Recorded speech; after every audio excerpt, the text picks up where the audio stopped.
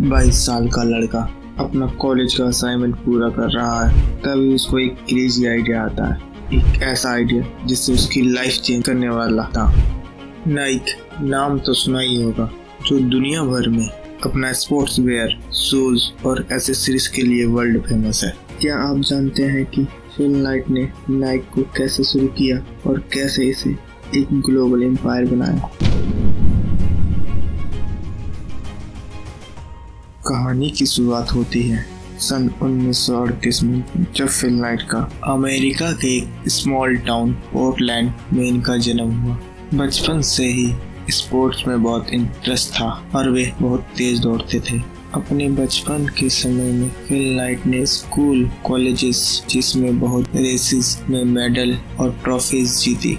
1962 में जब MBA खत्म की तो वह बहुत कंफ्यूज थे कि अब आगे क्या करें। उन्हें याद आया कि MBA के दौरान एक आइडिया आया। अपने आइडिया को फिल ने सबसे पहले इस आइडिया को अपनी फैमिली को बताया। फैमिली ने फिल के बहुत कन्विंस करने के बाद उनके फादर एग्री हो गए और उन्हें जापान भेजने का डिसीजन ले लिया। फिर क्या, फिल की गाड़ी नहीं रुकने वाली थी। जापान पहुंचने के बाद वो काफ़ी शूज़ मैन्युफैक्चरिंग कंपनी से मिले। ओनोसुका कंपनी का टाइगर शूज़ बहुत पसंद आया। उस शूज़ की डिज़ाइन देखकर वो बहुत इम्प्रेस हुए और फाइनली डिसाइड कर लिया कि वो इस कंपनी से डील करेंगे। अगले ही दिन ओनोसुका कंपनी के एग्जीक्यूटिव से फिल ने एक अपॉइंटमेंट फिक्स कर ली। ओनोसुका कंपनी के एग्जीक्यूटिव ने जब उनकी कंपनी के बारे में पूछा, तभी उनके मुंह से सडनली एक नाम निकल गया, ब्लू रिबन।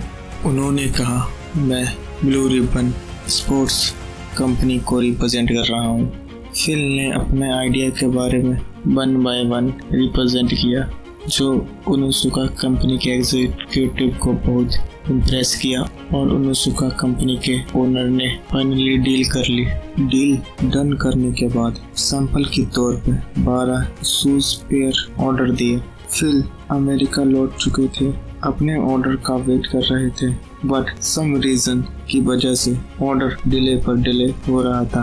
1 साल बाद ऑर्डर घर पहुंच चुके थे। अगले ही दिन फिल अपने कॉलेज के कोच बिल बॉरमैन से जाके मिले। बिल बॉरमैन अमेरिका के जाने माने कोच थे।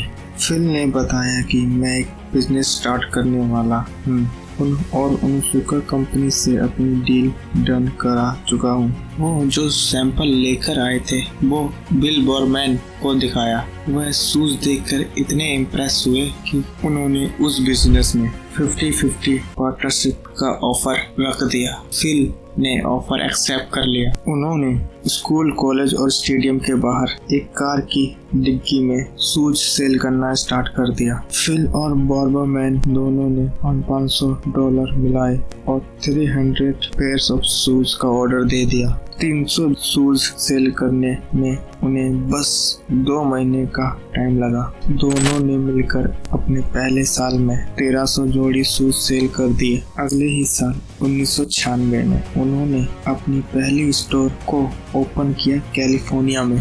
ब्लू रिबन स्पोर्ट्स ने धीरे धीरे अपने बिजनेस को बढ़ाया। फिल की कंपनी अब चल निकली, मार्केट में अच्छा परफॉर्मेंस करने लगी। उनके सभी शूज हाई डिमांड पर रहने लगे। अब समय आता है 1971 में, जब सब कुछ अच्छा चल रहा था। तब ओनोसुका ने फिल से अपना कॉन्ट्रैक्ट कैंसिल कर दिया। ओनोसुका चाहती थी अमेरिका में अपने शूज को डायरेक्ट सेल करना। फिल नाइट ने डिसाइड कर लिया कि अब वह शूज अपने खुद के ब्रांड से सेल करेंगे। अब कंपनी को जरूरत थी एक अच्छे ब्रांड नेम की और एक अच्छे लोगो की। एक दिन सेल्समैन के सजेस्ट करने पर नाइक ब्रांड की शुरुआत होती है। नाइक जो ग्रीक गुडनेस ऑफ विक्ट्री के बारे में बताता है। इसके बाद कंपनी ने एक यूनिवर्सिटी में ग्राफिक डिजाइनर स्टूडेंट्स से सिर्फ $35 देके लोगो तैयार करवा लिया। नाइक ने जब अपने ब्रांड से सेल करना स्टार्ट किया तो उनकी सेल कई गुना बढ़ गई और इसके बाद कंपनी ने पीछे मुड़कर कभी नहीं देखा। नाइक ने अपने शूज में एयर कूलिंग टेक्नोलॉजी इंट्रोड्यूस किया जो बहुत ही इनोवेटिव और कंफर्टेबल थे। आगे चलकर बहुत से फेमस सेलिब्रिटीज और एथलीट्स जैसे Michael Jordan, tiger would, Roger forward, Cristiano Ronaldo और विराट कोहली जैसे बहुत से फेमस खिलाड़ी ब्रांड की पहचान बने, जिसकी बदौलत नाइक ने कामयाबी की बुलंदियों को छुआ। नाइक का स्लोगन जस्ट डू इट भी बहुत आइकॉनिक और मोटिवेशनल है। फिल नाइट और बिल बोरमैन ने नाइक को एक सक्सेसफुल और प्रॉफिटेबल कंपनी बनाया। तो दोस्तों, ये थी नाइक की कहानी।